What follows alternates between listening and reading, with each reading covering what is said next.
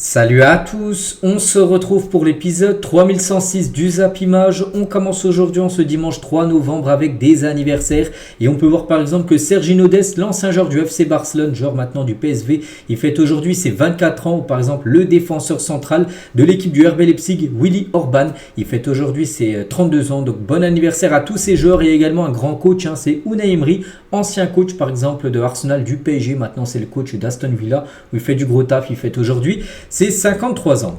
On continue donc aujourd'hui, on est dimanche et aujourd'hui grosse journée football. Donc voici les rencontres au programme. Donc en Allemagne, il y a Fribourg, Mayence et Gladbach, Werder de Brême. À noter que les grosses équipes comme le Bayern Munich ont joué hier samedi parce qu'il y a une semaine de Ligue des Champions là, donc il faut un peu de temps de repos avant de jouer la Champions League. Du côté de la Première Ligue, Tottenham contre l'équipe d'Aston Villa, coaché par Unai Emery. Donc en cadeau, je pense Unai Emery aimerait bien faire un résultat du côté du Hotspur Stadium. Manchester United Chelsea cet après-midi à 17h30, grosse affiche du côté de la Liga.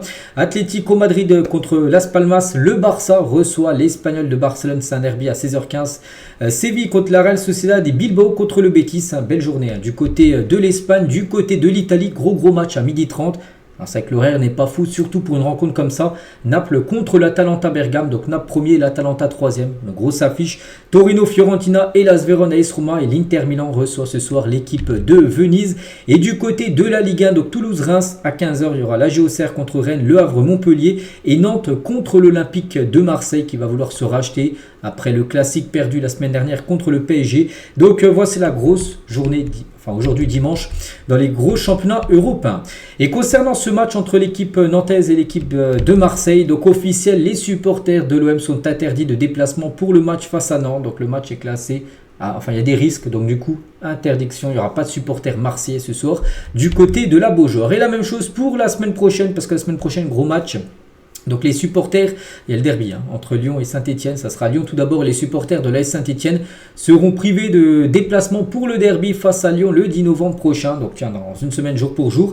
Bon, on n'a pas vu encore, c'est pas encore officiel, mais ça va l'être. Ce match jugé à risque fera l'objet d'un arrêt préfectoral dans les prochaines heures, certainement demain lundi on le saura, suivi d'une interdiction de déplacement. Donc voilà, ça a été le cas par exemple pour les supporters de Lyon avant-hier du côté de Lille, ils n'avaient pas le droit. Les supporters nantais n'ont pas le droit d'aller à Marseille, donc ce sera la même chose pour les supporters stéphanois du côté de Lyon dimanche prochain.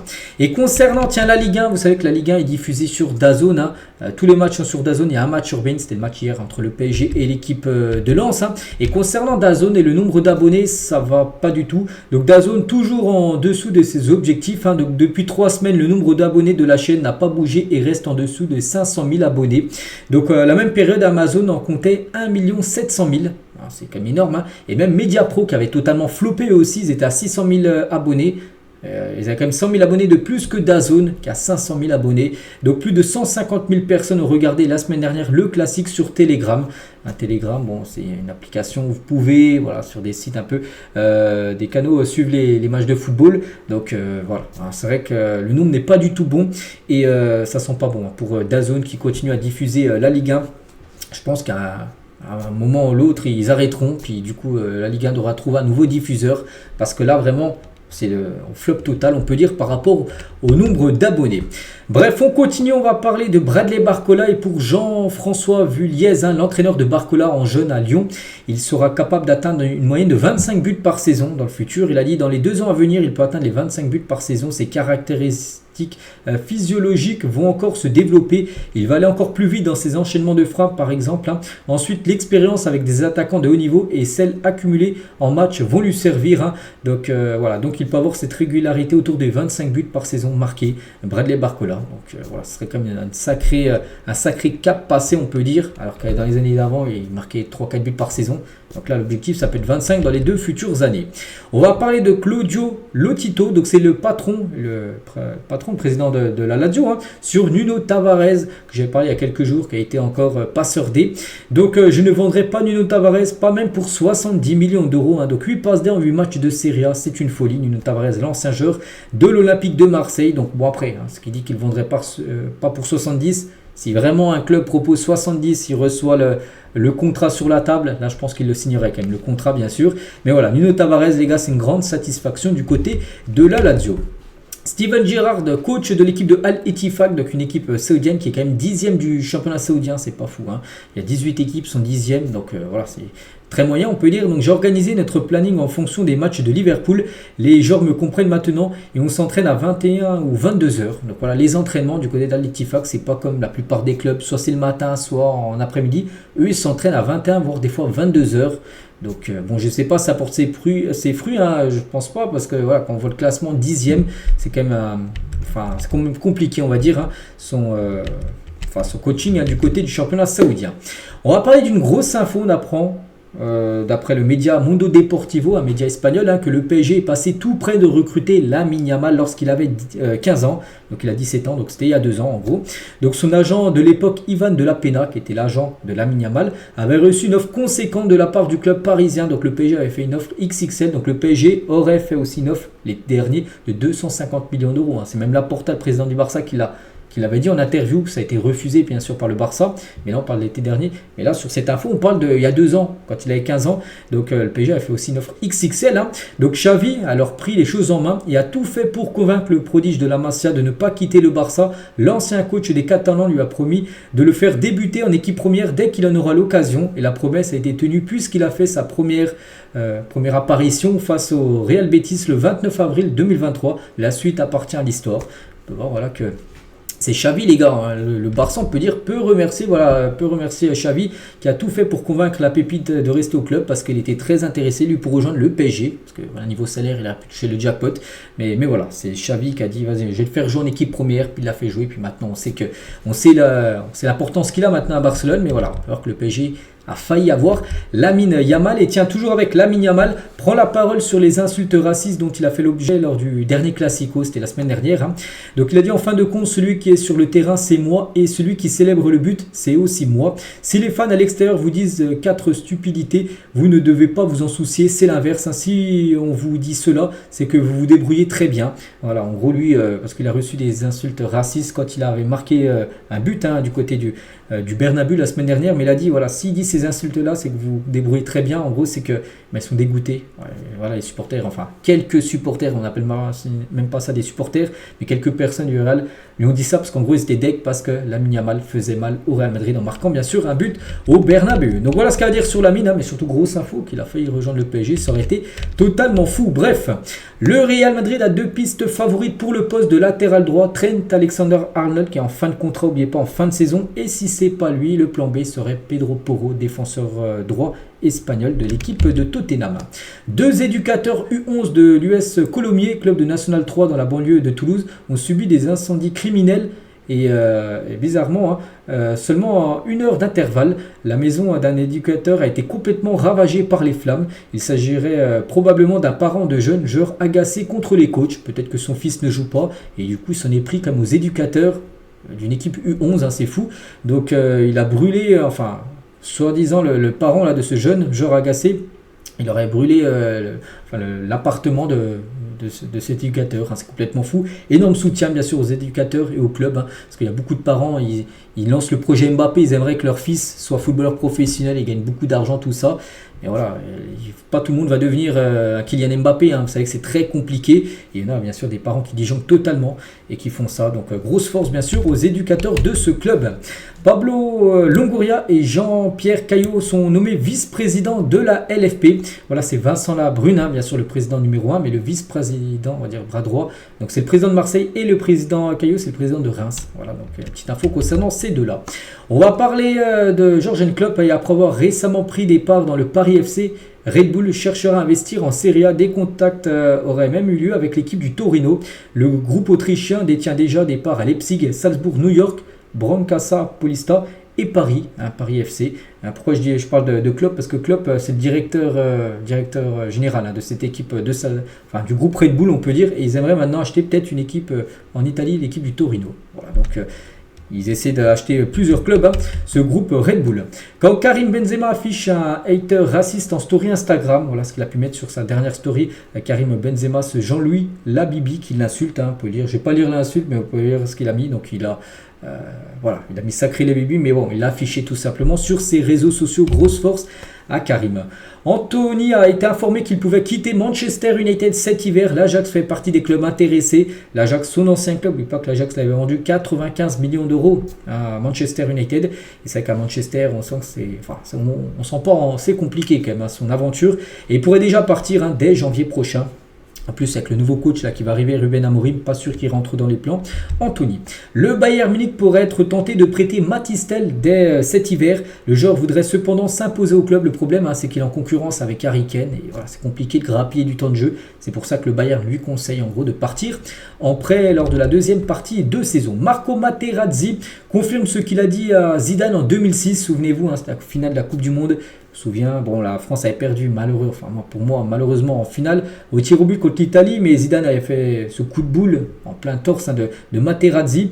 Il a dit tout ça est entièrement vrai et ceux qui ont joué au football le comprennent. Peut-être que oui, j'ai été malin pour justement éviter et qu'il saute pour mettre sa tête, parce qu'il aurait pu l'éviter. Est-ce qu'il a vu qu'il allait mettre un coup de boule, il aurait pu l'éviter et Zidane peut-être n'aurait pas pris le rouge, mais il a fait exprès, il a dit, il a été malin, laisser son torse pour prendre ce coup de boule et être au sol. Donc et de toute façon, c'est vrai que j'aurais voulu son maillot parce qu'il avait demandé son maillot en fin de match et pas, puis je crois qu'il a insulté aussi la sœur de Zidane, c'est pour ça que Zidane a un petit peu disjoncté. Mais voilà, j'ai répondu et ça s'est passé comme ça. Et c'est vrai que c'est pas la VAR qui a vu ça, parce qu'il n'y avait pas de VAR les gars. Alors, en 2006, c'est l'arbitre de touche qui a vu en gros que Zidane a mis le coup de boule et du coup carton rouge, logique. Mais c'est vrai que c'est Materazzi, il passe toujours pas auprès des Français, bien sûr par rapport à ce qu'il a fait. Il a dit la France était plus forte que nous sur cette finale. Que ce soit techniquement ou physiquement, la France était meilleure que l'Italie. Donc je pense que si on n'avait pas égalisé rapidement après l'ouverture du score de Zidane, qui avait tenté une Panenka réussie, barre en 30, le ballon il avait franchi ça de la ligne. Il n'y a pas de goal line technologie à l'époque, ça avait franchi que ça de la ligne à peu près. Mais le ballon avait bien franchi la ligne, le but de Zidane. Donc il a dit, parce que l'Italie a égalisé, je crois que c'était Grosso qui avait égalisé. Quelques minutes après, il a dit, si l'Italie n'aurait pas égalisé rapidement, c'est probablement l'équipe de France qui aurait remporté cette finale. Mais bon, on sait comment ça s'est passé, cette finale perdue. Vitinha, pour moi, le PSG de maintenant est plus fort que celui de l'année dernière et ça va être encore plus le cas. Voilà ce qu'il peut dire. Bon, peut-être en Ligue 1, mais en Ligue des Champions, en Ligue des Champions, c'est quand même très compliqué. Quand on voit les premiers résultats de Paris. Il parle de son quotidien au PSG. Moi, je suis un vrai fan du projet. Chaque année qui passe, je me sens plus attaché au club. Tu viens ici, travailler tous les jours et tu te sens chez toi. Je veux faire des choses inédites ici, du côté de Paris. C'est de remporter le maximum de trophées, dont bien sûr la Ligue des Champions. Il parle aussi de Cristiano Ronaldo qui côtoie du côté du Portugal et sa longévité exceptionnelle. Il a dit 39 ans et toujours titulaire en équipe nationale. Je n'ai pas d'explication pour cette longévité. Lui, il a dit déjà, et moi j'imagine que c'est ce professionnalisme qu'il a dans tout ce qu'il fait, le matin, le soir, tous les jours de sa carrière, c'est incroyable. J'imagine les efforts, les sacrifices qu'il doit faire et qu'il a fait. Et j'imagine aussi qu'il a maintenu dans cet état. À 39 ans, bien sûr, tous les sacrifices qu'il fait, son hygiène de vie, qui mange pas n'importe quoi, c'est pour ça que Ronaldo, à 39 ans, il est toujours bien sûr au top, CR7. Et toujours tiens avec Vitinha, aussi une grosse info qui va prolonger son contrat jusqu'en 2029 du côté du PSG. C'est lui qui l'a annoncé, c'était sur RMC là il y a quelques jours. On va parler de Patrice Evra, se moque encore d'Arsenal. Il a dit regarder Arsenal c'est comme regarder Netflix, tu attends toujours la prochaine saison et c'est comme ça chaque saison. Voilà. Parce que lui les gars c'est un ancien joueur de Manchester United, il envoie un pic par rapport à Arsenal qui attend chaque année de remporter le championnat, puis chaque année ils n'arrivent pas à le remporter. Il dit que c'est un peu comme une série on va dire Netflix. Le légendaire Antoine Dupont nous apprend autour d'une dédicace faite à Djibril Cissé qu'il est fan de l'AG Auxerre. Je crois que c'était il y a 1 ou 2 ans, il était élu meilleur rugbyman au monde. Donc pour Djibril qui m'a rendu fan de l'AG Auxerre. Donc voilà, concernant Dupont, on aurait plutôt misé sur le TFC Toulouse, où il joue à Toulouse en rugby, mais non, c'est plutôt l'AG Auxerre qu'il apprécie le plus. Le ministre de l'Intérieur Bruno Retailleau n'est pas contre l'idée d'une mise en place d'une jauge pour le match France-Israël. Donc aujourd'hui on est le 3. N'oubliez pas que la semaine prochaine les gars c'est la trêve internationale. Il y aura un France-Israël prévu le 14 novembre, dans 11 jours. Donc le match aura lieu au Stade de France, mais nous allons adapter le dispositif de sécurité car il y aura bien sûr des risques. Nous sommes en train d'étudier la mise en place d'une jauge. Le Stade de France a 80 000 places, peut-être il y aura 60 000, 50 000 places, j'en sais rien, je dis un chiffre au pif, mais peut-être ils vont faire une jauge pour ce match-là. Il a dit, mais ce que je ne voulais pas, c'est qu'on le déplace le match au Parc des Princes, par exemple. Pour une question de principe, nous sommes en France, on doit être capable de faire respecter l'ordre public. Mais voilà, ce match pourrait se jouer avec jauge réduite. On en saura beaucoup plus là la semaine prochaine. On va parler de ce joueur, un joueur que personne connaît, mais un nom à surveiller, officiel. Amin Chaka, 18 ans, annonce qu'il opte pour l'Algérie au détriment du Danemark. C'est l'un des plus gros talents danois actuellement. Lui qui joue avec les catégories jeunes de la sélection danoise, et il choisit maintenant de représenter l'Algérie. Voilà, on apprend ça et c'est officiel. Randal Kolo Muani pourrait déjà quitter le Paris Saint-Germain cet hiver. Le Français en manque de temps de jeu du côté de Paris serait suivi du côté de la Première Ligue. Le joueur est valorisé à 40 voire 50 millions d'euros. N'oubliez pas que le PSG l'a acheté 90 millions d'euros. Donc bien sûr s'ils le vendent, ils vont le vendre quasiment moitié prix. Donc des clubs anglais seraient intéressés. J'ai vu que Newcastle serait très intéressé par Randal Kolo Muani. Et du côté de Paris, un autre joueur pourrait également quitter le club lors du mercato hivernal, qui commence dans moins de 2 mois maintenant. Milan Skriniar est la priorité de la Juventus Turin. Pour cet hiver, le club voudrait un prêt avec participation de Paris au salaire. Donc Paris paye 50% de son salaire et la Juve paye 50% du salaire de Milan Skriniar, qui joue très rarement du côté du Paris Saint-Germain. Stéphane Grichting sur Giroud. Donc Giroud, ancien coach de la GOCR, il a dit on connaît tous, c'est Grichting qui dit ça sur Giroud, donc on connaît tous sa réputation. Au restaurant, je prenais toujours entrecôte, riz. À midi, ma femme me dit tu n'as pas de match ce week-end, prends des frites. Voilà, profites-en, t'as pas de match, tu peux prendre des frites. Le lendemain, je sens 15 mètres derrière le but. Et là, j'entends quand on mange des frites la veille de l'entraînement. Donc, parce que là, c'est un entraînement. C'est normal qu'on n'arrive pas à s'entrer. Donc, il savait vraiment tout. Il était même au resto, il n'y avait pas Giroud, tout ça. Il s'était fait plaisir, il a pris entrecôte, frites. Mais il savait tout simplement, Giroud, que la veille, il avait mangé, au lieu de prendre du riz, c'est mieux pour le côté footballeur, mais il a mangé des frites, il le savait. Il savait tout, en gros, Giroud à l'époque du côté de la GOCR. On va parler de l'ex-défenseur de Lyon. Chris a officiellement été nommé entraîneur de Châteauroux, actuellement 17e et dernier du national. Donc c'est la 3e expérience sur un banc pour le Brésilien après des passages assez mitigés au Mans en 2021-2022 et à Versailles en 2022-2023. À voir s'il peut enfin véritablement lancer sa carrière de coach. C'est vrai qu'il y a plein de footballeurs après qui se lancent dans le coaching. Il y en a où ça marche plutôt bien. Je sais pas, Pep Guardiola, les Arteta où ça marche, les Luis Enrique, tout ça, mais il y a des coachs qui galèrent, un peu comme Wayne Rooney, il galère. Wayne Rooney a lancé sa carrière de coach. Et lui aussi, les gars, Chris, ancien défenseur de Lyon, il galère, les gars. Il a déjà fait Le Mans, il a déjà fait Versailles où c'était un flop. Et maintenant, il est coach de l'équipe de Châteauroux. Un autre coach, c'est Antonio Conte. Lui, ça réussit plutôt pas mal. Ancien joueur, et maintenant, ça se passe bien en tant que coach. Et Naples, vu que c'est l'entraîneur de Naples. Donc, Naples va rendre obligatoire les cours d'italien pour ses joueurs. Et Conte ne s'exprima qu'en italien dans le vestiaire. Parce que bien sûr, il y a des joueurs étrangers qui jouent à Naples. Par exemple, Scott McTominay, je sais pas, c'est un joueur écossais. Est-ce qu'il sait parler italien? Pas sûr. Donc en gros, les joueurs qui ne parlent pas italien, ils vont prendre des cours en italien parce que maintenant Conte va s'exprimer, il n'y aura plus de traducteur, il va s'exprimer seulement en italien. Voilà, auprès de ces joueurs. On va parler du président du FC Rouen, donc une équipe de nationale, présente ses ambitions. Nous avons un projet Ligue des Champions. Rouen national, 3e division, ils veulent aller en Ligue des Champions en 7 ans. Pourquoi pas, mais bon, il va falloir déjà monter en Ligue 2 et après sortir de la Ligue 2 et monter en Ligue 1. Donc 2 ans max pour déjà atteindre la Ligue 2 et 2 ans max ensuite pour atteindre la Ligue 1, donc ce qui ferait 4 ans pour atteindre la Ligue 1. Et après, derrière, 2-3 ans max pour atteindre le niveau Ligue des Champions, enfin finir dans le top 3 de la championnat français de première division pour finir en LDC. Comment on fait? On prend des pépites, on les prépare au niveau professionnel et on prend toujours un petit peu trop que lorsque l'on vient nous voler. Il y a celle du bas qui monte également. On s'appuie aussi sur les piliers de l'équipe aujourd'hui et on les inclut dans le projet long terme. Je pense atteindre cet objectif et ça serait génial qu'on ait la plus jeune équipe qu'il n'y ait jamais eu en Ligue des Champions. Voilà, donc très optimiste. Après, tant mieux s'il arrive. Alors, c'est faisable, il y a des clubs déjà qui l'ont fait, mais bon, c'est souvent des clubs après qui ont été rachetés, peut-être qui étaient en 3e division, 2e, qui ont été achetés par de grosses fortunes et ils ont investi beaucoup d'argent. Rouen, c'est pas un club, à ma connaissance, qui a beaucoup d'argent, donc après ils peuvent le faire, mais bon, ça sera très compliqué. On espère pour eux qu'ils arriveront. Bref, Youssouf Yazissi, ancien joueur de Lille, maintenant il joue à l'Olympiakos. Et pour son premier match, les gars, c'est de nouveau gravement blessé au genou lors de ses débuts avec l'Olympiakos. Premier match et grosse blessure, on ne sait pas si les ligaments croisés, on n'espère pas. Donc on lui envoie bien sûr beaucoup de force. Regardez les stats de Rodri qui a gagné, il y a déjà 6 jours, le Ballon d'Or. Et Luka Modric, le dernier milieu de terrain, va remporter le Ballon d'Or. Et on peut voir par exemple que Rodri a gagné 2 trophées de plus que Modric quand il avait gagné son Ballon d'Or. Modric, il avait fait 3 trophées, donc avec la saison, bien sûr, avec le Real, avec la Croatie. Et Rodri, c'est plus de 2 trophées en plus, mais c'est aussi plus de buts et plus de passes des Rodri que les stats de Luka Modric qui a gagné le Ballon d'Or en 2018. Alexander Arnold tient sur le Ballon d'Or, donc lui, il aimerait le remporter. Hein. Mon objectif principal, gagner un ballon d'or, parce que je crois que je peux y arriver. Alors, bien sûr, il peut, hein, mais je veux être le premier latéral à y parvenir. Voilà ce qu'il a pu dire. Hein. On verra. C'est qu'un latéral aurait pu le gagner cette année, ça aurait été Carvajal. Ça aurait pas été, parce que là, Rodri l'a gagné, mais ça aurait été Carvajal. Hein. Pour moi, ça aurait été totalement aussi normal, parce que quand tu gagnes la Ligue des Champions, tu es buteur en finale, quand tu gagnes l'Euro, où tu es très important avec ta sélection, tu aurais pu aussi remporter le ballon d'or. Et voilà, pour Alexander Arnold, les gars, son objectif, gagner un ballon d'or. Andy Carroll ne toucherait que 1614 € par mois à Bordeaux, soit le 15e salaire de l'effectif des Girondins.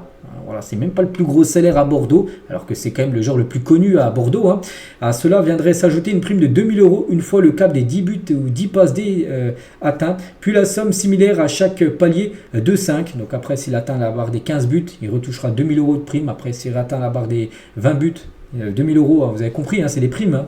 Donc ce n'est pas vraiment commun d'évoquer des sommes pareilles hein, pour un joueur avec un beau passif en première ligue. C'est vrai que lui, l'argent, les gars, il a vraiment mis ça de côté. Parce qu'il avait, avant de rejoindre Bordeaux, les gars, il aurait pu signer en Arabie Saoudite. Donc, voilà, on pense que ce ne serait pas 1600 € qu'il aurait touché par mois, mais peut-être avec 2 € de plus hein, sur son salaire facile. Donc voilà, lui, il a voulu venir à Bordeaux parce que ça le tentait tout simplement, ce projet. Et tiens, on va parler cette fois-ci d'un salaire, mais totalement différent, un gros salaire. Et Roberto Mancini, qui touchait, comme l'Italien, qui touchait 25 millions d'euros par an hein, du côté de la sélection saoudienne, il a été viré. Hein. Et du coup, Mancini pourrait percevoir jusqu'à 70 millions d'euros d'indemnité suite à son limogeage de la sélection saoudienne. Voilà, parce qu'il lui reste encore 3 ans de contrat hein, du côté de la sélection saoudienne. Il a été viré et du coup, il va toucher 70 millions d'euros. Hein, c'est quand même énorme hein, pour Roberto Mancini. Et du coup, le nouveau coach, n'oubliez pas, hein, c'est officiel, peut-être vous ne le savez pas, c'est Hervé Renard, l'ancien coach de l'équipe de France féminine, devient le nouveau coach de l'Arabie Saoudite. Lui qui avait déjà coaché l'Arabie Saoudite lors du dernier mondial, où il avait par exemple battu l'Argentine lors du premier match. On va parler de cette rencontre, je ne sais pas si vous vous souvenez, c'était lors de la dernière trêve et officielle. Hein. La CAF donne la victoire sur tapis vert aux Nigérians 3-0 suite aux conditions catastrophiques auxquelles ont fait face les Nigérians dans un aéroport en Libye. La sélection libyenne écope également d'une amende de 50 000 € suite à cette affaire. Souvenez-vous, j'en avais parlé, c'était lors de la trêve du mois de Red, c'était le 14 octobre 2024.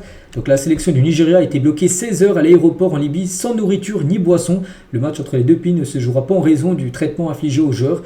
Ils sont restés toute la nuit sans nourriture, sans connexion internet, sans boisson. Et du coup, ils n'avaient pas pu jouer le match le soir même parce qu'ils étaient bloqués à l'aéroport. Et du coup, la CAF donne victoire au Nigeria 3-0 sur tapis vert. Concernant l'issue, on va dire, de cette affaire.